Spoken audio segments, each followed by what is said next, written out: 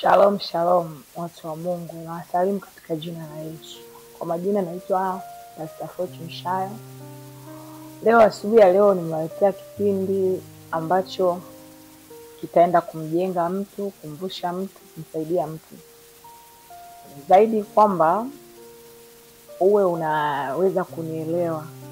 Kinachomsaidia mtu kupata uelewa ni kutafakari na kutuliza akili yake. Kwa hiyo ukikuepuka kutaka kuelewa kwa haraka bila kutafakari inakuwa ngumu kidogo.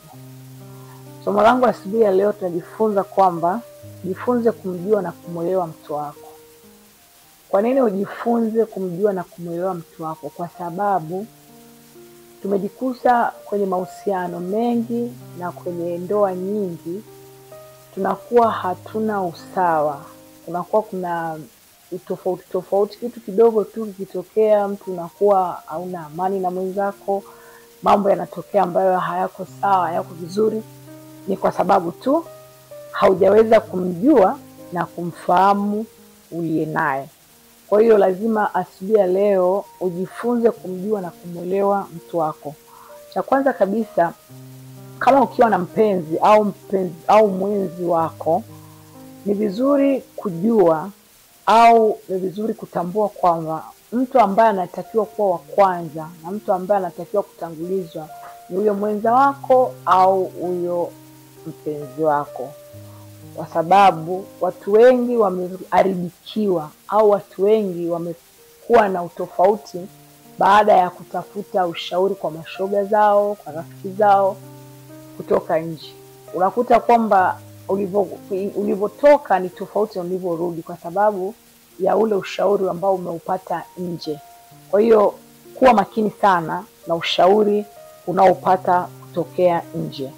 Unapaswa kuwa vizuri na mpenzi wako au mwenzi wako kwa sababu yeye ndio anatakiwa kuwa wa kwanza, alafu wanaofuata ni marafiki zako au ndugu zako au jamaa zako, wanapaswa wayaheshimu maamuzi yako.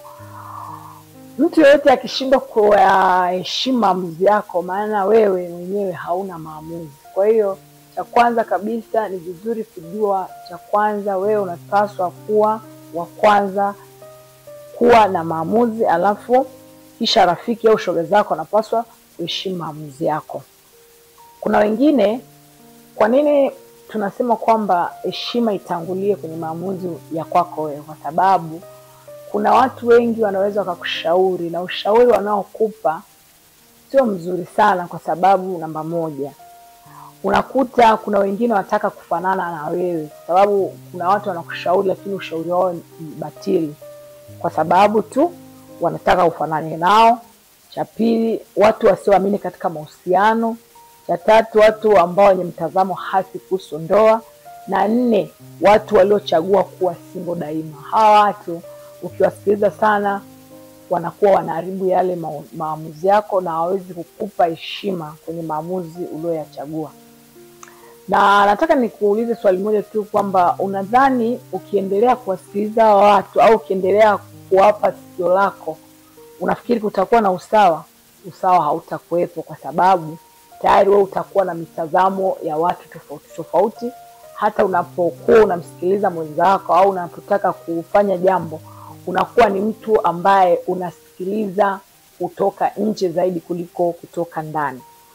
Unapokuwa karibu na mtu wako, mwenza wako, mume wako, wewe ni mwanamke, cha kwanza kabisa kuwa makini kumsikiliza. Hatua ya kwanza ya kuondoa utofauti au ya kutokugombana mara kwa mara au yani kutengeneza usawa, hatua ya kwanza kabisa ni ile hatua ya mtu kumsikiliza. Yani unapokuwa karibu na mwenza wako, jaribu kumsikiliza kwa makini sana huyo mpenzi wako. Kwa nini usikilize kwa makini? Kwa sababu yeye ndiye anaenda kuanzisha familia na wewe. Yeye ndiye alianzisha familia na wewe. Yeye ndiye anayepata watoto na wewe kama Mungu akijalia. Kwa hiyo usipoweza kumsikiliza yeye, utamsikiliza nani? Na ukitanguliza kuwasikiliza watu, maana yake hata ushauri unaotoka ndani hauwezi kusikiliza. Kama unahisi kuna kitu au jambo ambapo jifunze kuwa unakuwa ni mtu wa kuweka vitu wazi. Kwa nini nasema jifunze kumjua mtu wako na kumuelewa mtu wako? Kwa sababu mtu yoyote anayeweka kitu moyoni, mtu ambaye hayuko wazi, ni mtu ambaye siku zote atafutaji amani kabisa, kwa sababu kitendo cha kuweka vitu ndani ya moyo ni kitendo cha kukosa usawa. Na ndio maana yake unapojaribu kumsikiliza mwenza wako au mtu wako wa karibu, unapomsikiliza sana utagundua kwamba kuna nini ambacho unapaswa kukisema, kuna nini ambacho anacho. Na ukiona kwenye mahusiano ya ndoa au kwenye mahusiano ya kawaida tu ya kimapenzi, ukiona hakuna usawa baina ya mmoja, ukijua kati ya mmoja sio mwazi kwa mwenzake, sio mwazi kabisa kwa mwenzake, kwa sababu mtu ambaye anakaa na vitu ndani ya moyo, anatunza vitu ndani ya moyo, anatengeneza kitu kinachoitwa usaliti, hasira, jeuri na kiburi. Kwa hivyo vitu vinapokaa ndani ya mtu, usawa kunakuwa hamna, kwa sababu unakuwa unatembea na visasi na vinyongo. Na ndio maana yake ukimkuta mwanaume ambaye anajieleza sana kwa mwanaume, ina maana kwa mwanamke, ina maana kwamba huyo mwanaume anatafuta usawa, na ndio maana yake anakuwa anajieleza. Maana ni kuambia tu jambo lingine ni kwamba mabinti wengi au wanawake wanahisi kwamba wanapopata maumivu kwenye maamuzi yao au kwenye mahusiano walionayo, wanahisi wakitoka nje ya pale kwenda kutafuta mwanaume mwingine au kutafuta mtu mwingine wa kumuelezea maumivu yake, labda ndio atapona. Unaweza ukatoka kwenye maumivu na ukaingia kwenye maumivu makubwa zaidi. Kwa hiyo cha msingi na cha kujua, issue sio kutoka, issue jaribu kuongea. Unapoweza kuongea ndio unapoweza kupona. Watu wengi wamepona kwa sababu ya kuongea. Kama mtu wako hakuridhishi, mwambie si uniridhishi. Kama hakufurahishi, mwambie unifurahishi. Kama hakuhudumii, mwambie unihudumii. Kama hakutendei haki, mwambie utendei haki. Usikae na kitu ndani ya moyo, kwa sababu hicho ndio kitu ambacho kinakupelekea wewe kutokuwa na usawa. Ukiwa na vitu ndani ya moyo, hauwezi kuwa na usawa hata saa moja. Utakuwa na vitu ambavyo kila muda, kila saa unakuwa tu ni mtu wa hasira, ni mtu tu wa matukio, kwa sababu hakuna usawa. Na jambo lingine ni ule wivu uliopitiliza. Mtu anaweza akawa na wivu uliopitiliza, mtu akawa na visirani muda wote, akawa na shida muda wote, kwa sababu wivu unapelekea maumivu. Na maumivu haya sasa unamkuta mtu anakaa nayo, hawezi kusema. Cha msingi, funguka. Tenga muda, kaa na mtu wako, ongea, mwelezee, mwambie, na yeye anapata nafasi ya kuongea.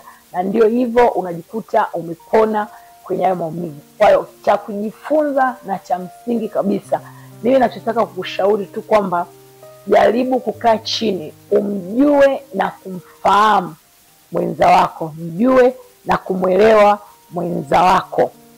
Ukimfahamu na kumjua, unajikuta upo kwenye wakati ambao ni mzuri, na unajikuta kwamba yale mambo ambayo yalikuwa yaleti usawa yanaanza kuondoka, kwa sababu tayari kuongea kwa mtu ni uponyaji, lakini mtu kukaa na kitu ndani ya moyo ni anaendelea kutengeneza usaliti, chuki, maumivu na mateso ndani yake. Sikiliza, wakati mwingine jibu moja la mpenzi wako linatosha kabisa kukutoa hofu. Jibu moja tu ambalo ukikaa naye chini akikupa linaweza likakutoa kwenye hofu. Au jibu moja la mpenzi wako linatosha kabisa kukuonyesha kuwa upo kwenye uhusiano na mtu asiye na mustakabali wa maisha yako. Kwa hiyo angalia, jibu moja la mpenzi wako linaweza likakutoa hofu, lakini vile vile jibu moja baya la mpenzi wako linakuonyesha kwamba huyu mwanaume hana mustakabali na maisha yako. Kwa hiyo jifunze kumjua na kumwelewa mtu wako, utakuwa katika hali ya siku zote. Haleluya. Kama hawakuridhishi, nimekuambia mwambie uniridhishi. Na kama ana tabia fulani ambazo wewe hauzipendi, usikae nazo ndani, usiende ukaelezea kwa jirani, usimuelezee mtu. Mtu ambaye ana majibu ya maswali yako sio jirani yako, sio mama yako mzazi wala baba yako wala ndugu yako. Mtu mwenye majibu ya maswali yako yote kuhusu mahusiano yako, kuhusu ndoa yako, ni mwenza wako ambao upo naye wewe, sio wale walio nje, sio wale walio karibu ya kwako. Wale wanatakiwa waheshimu maamuzi yako. Kwa hiyo mtu ambaye ana majibu ya maswali yako ni huyo mwenza wako.